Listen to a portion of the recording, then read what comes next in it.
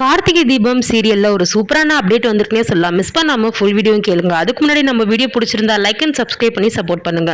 இப்போ வந்து கார்த்திகை தீபத்துல நம்ம ரேவதி என்ன பண்றாங்க, கார்த்திகிட்ட வந்து எனக்கு தலை வலிக்குது, நான் போய் வெளியே போய் டேப்லெட் வாங்கிட்டு வரேன் அப்படின்னு சொல்லிட்டு என்ன பண்றாங்க, மெடிக்கல் ஷாப்புக்கு போய் நம்ம ரேவதி வந்து டேப்லெட் வாங்கிட்டு இருக்காங்க. நம்ம மாயா வந்து பாத்தீங்கன்னா நம்ம ரேவதியை வந்து ஃபாலோ பண்ணி வாட்ச் பண்ணிட்டு இருக்காங்க ஒளிஞ்சிருந்து. அதுக்கப்புறம் வந்து பாத்தீங்கன்னா டேப்லெட் வந்து வாங்கி முடிச்சதும் அவங்க வந்து பாத்தீங்கன்னா திருப்பி வந்து வரும்போது பாத்தீங்கன்னா ரவுடிங்ல வச்சு நம்ம ரேவதியை வந்து நம்ம மாயா வந்து கடத்திடுறாங்க.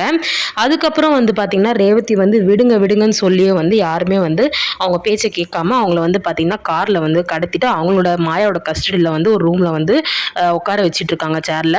அதுக்கப்புறம் ரேவதி வந்து பயந்துட்டு இருக்காங்க, யார் இந்த வேலையெல்லாம் பண்ணுறது, எனக்கு ஒன்றுமே புரியலையே அப்படின்னு சொல்லி நினச்சிட்டு இருக்காங்க.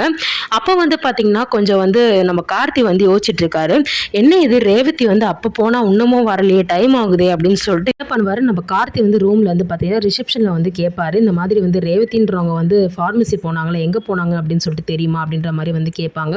அப்போ வந்து சார் இங்கே தான் சார் ஒரு ஃபார்மசி இருக்குது, வேணா நீங்கள் அங்கே போய் செக் பண்ணி பாருங்க, கேட்டு பாருங்க அப்படின்னு வந்து சொல்கிறாங்க. கார்த்தி என்ன பண்ணுறாரு, போயிட்டு வந்து அங்கே வந்து கேட்குறாரு. அந்த ஃபார்மசியில் வந்து ஆமாம் ஒருத்தவங்க வந்து வாங்கினாங்க, ஆனால் அவங்க அப்பயே போயிட்டாங்களே அப்படின்ற மாதிரி வந்து சொல்கிறாங்க.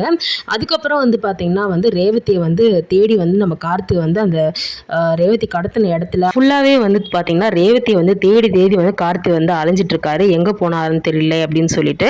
அப்போ வந்து பார்த்தீங்கன்னா நம்மளோட கார்த்திக் வந்து ஒரு கால் வருது, நம்ம மாயா தான் வந்து கால் பண்ணி வந்து பேசுகிறாங்க. அப்போ வந்து ஹலோ என்ன டிரைவர் நல்லா இருக்கியா அப்படின்னு சொல்லிட்டு கேட்குறாங்க. அப்போ வந்து நம்ம கார்த்திக்கு ஃபஸ்ட்டு பேசும்போதே வந்து தெரிஞ்சு போச்சு இது மாயா தான் அப்படின்னு சொல்லிட்டு, நீ மாயா தானே அப்படின்னு வந்து சொல்கிறாரு. பரவாயில்லையே கரெக்டாக கண்டுபிடிச்சிட்டியே அப்படின்னு வந்து மாயா வந்து சொல்கிறாங்க பதிலுக்கு. அப்போ வந்து கார்த்தி என்ன சொல்கிறாரு, இங்கே பாரு நீ எங்களை ஃபாலோ பண்ணிட்டு இருக்கன்னு எங்களுக்கு நல்லாவே தெரியும், ஒழுங்காக ரேவதியை நீ தான் வந்து ஏதோ ஒன்று பண்ணியிருக்க, அவளை விட்டுரு அப்படின்ற மாதிரி வந்து சொல்கிறாங்க.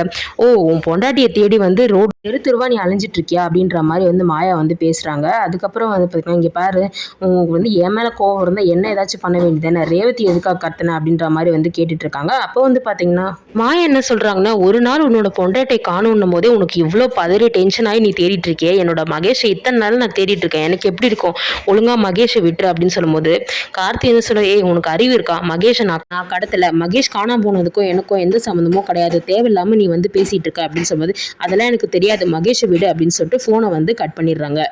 இப்போ வந்து பார்த்தீங்கன்னா நம்ம மாயா தான் வந்து ரேவதியை கடத்தினது அப்படின்னு சொல்லிட்டு தெரிஞ்சு நம்ம ரேவதி வந்து கார்த்தியை புரிஞ்சுப்பாங்களா அப்படின்னு சொல்லிட்டு வெயிட் பண்ணி பார்க்கலாம். டெய்லி சீரியல் அப்டேட்டுக்கு நம்ம சேனலை சப்ஸ்கிரைப் பண்ணி சப்போர்ட் பண்ணுங்கள். தேங்க்யூ.